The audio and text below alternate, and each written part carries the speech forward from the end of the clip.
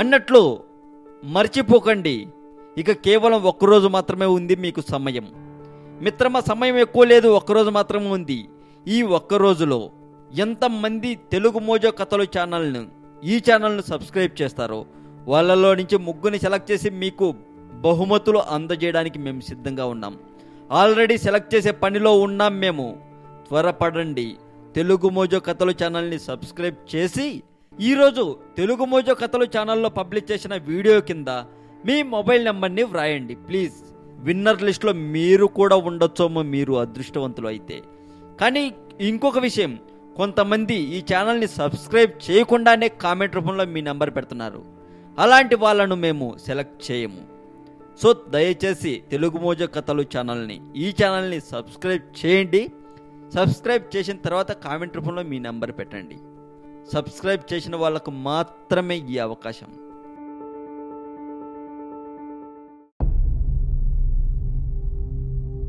కొత్తగా పెళ్ళైన వధూవరులకి ఆకాశంలోని నక్షత్రాన్ని చూపిస్తారు.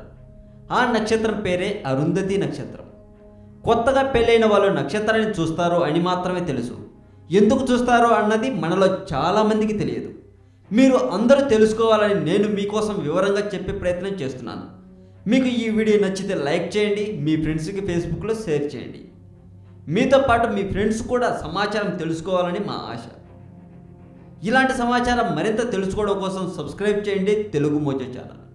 అరుంధతి భారత పురాణాలలో వశిష్ఠ మహాముని యొక్క భార్య మరియు మహాపతివ్రత. భారతీయుల వివాహంలో అరుంధతి నక్షత్రాన్ని చూపించడం ఒక ముఖ్య విధి.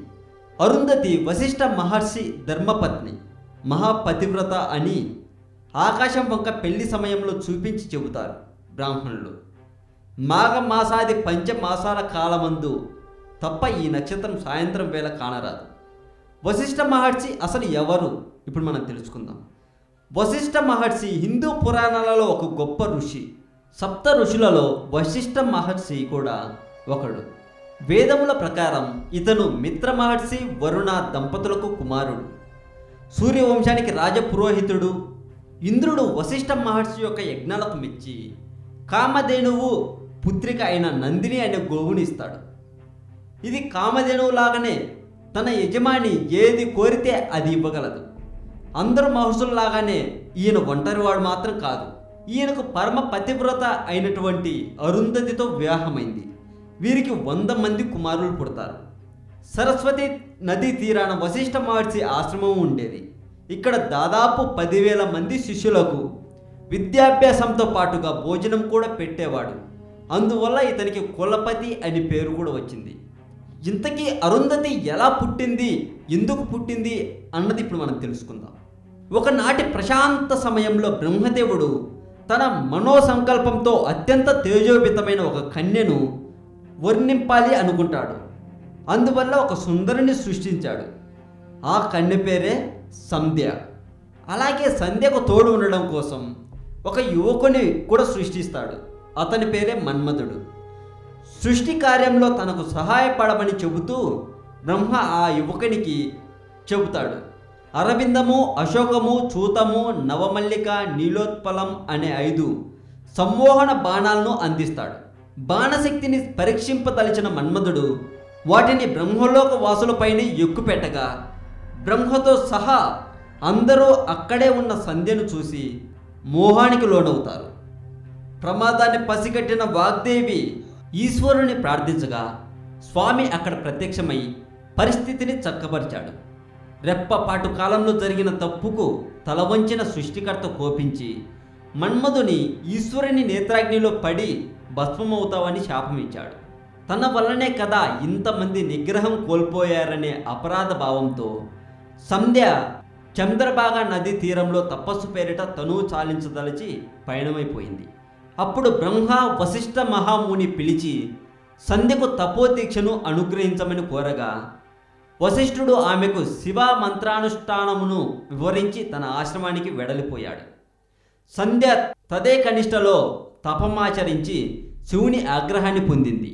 శివుడు ఆమెను వరం కోరుకోమని కోరగా ఆమె ఈ లోకంలో సమస్త ప్రాణులకు యవ్వనం వచ్చేదాకా కామ వికారం కలగరాదనే వరాన్ని అనుగ్రహించమంది.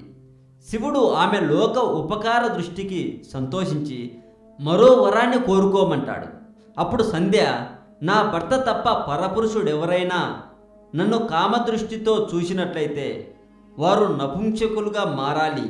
అంతేకాదు, నేను పుట్టగానే అనేక మందికి కామ వికారాన్ని కలిగించాను, కాబట్టి ఈ దేహం నశించిపోవాలి అని కోరింది. శివుడు తదాస్తు అని తర్వాత మేధతిథి అనే మహర్షి గత పుష్కర కాలంలో యాగం చేస్తున్నాడు. ఆయన చేస్తున్న యాగకుండలంలో అదృశ్యరాలిపై శరీరాన్ని దగ్ధం చేసుకొని తిరిగి అదే అగ్నికుండం నుండి నీవు జన్మిస్తావు. నీ శరీరం నశించే సమయంలో ఎవరినైతే నువ్వు భర్తగా తలుస్తావో అతడే నీ భర్త అవుతాడని చెప్పి మాయమైపోతాడు. శివాజ్ఞగా సంధ్య శరీరాన్ని అగ్నికుండంలో దగ్ధం చేస్తూ వశిష్ఠుడే తన భర్త కావాలని కోరుకుంటుంది. అగ్నికుండం నుండి తిరిగి జన్మించింది. సంస్కృత భాషలో అరుం అంటే అగ్ని అని, తేజము అంటే బంగారు వన్య అనే అర్థాలున్నాయి. దతి అంటే ధరించినది అనే అర్థం ఉంది. అగ్ని నుంచి తిరిగి పుట్టింది కాబట్టి ఆమె అరుంధతి అనబడింది. పరమేశ్వర వరప్రసాదమైన అరుంధతిని యాగకర్త అయిన మేధాతిథి పెంచి పెద్ద చేసి వశిష్ఠునకు ఇచ్చి వివాహం జరిపించాడు. అరుంధతి తన పతివ్రత మహిమ వలన త్రిలోక పూజ్యరాలైంది. ఈ దంపతులకు పుట్టినవాడే శక్తి. శక్తికి పరాశరుడు, పరాశరునకు వ్యాసుడు జన్మించారు. అరుంధతిని మనవారు ఆరణి జ్యోతి అని, అరం జ్యోతి అని పిలుస్తుంటారు. విష్ణు సహస్రనామాల్లో సైతం అరుంధతి సంతతి గురించి మనములు, ముని మనములు గురించి ప్రస్తావించబడింది. మరింత ఇలాంటి సమాచారం తెలుసుకోవడం కోసం సబ్స్క్రైబ్ చేయండి తెలుగు మోజో కథలు ఛానల్.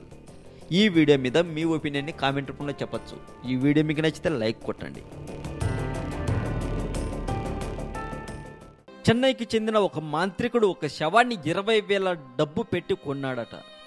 ఆశ్చర్యంగా ఉంది కదా. అసలు శవంతో ఏం చేస్తాడు? అసలు శవం ఖరీదు 20,000 అంటూ ముక్కు మీద వేలు వేసుకుంటున్నారు కదా. ఇప్పుడు అసలు కథలోకి వెళదాం.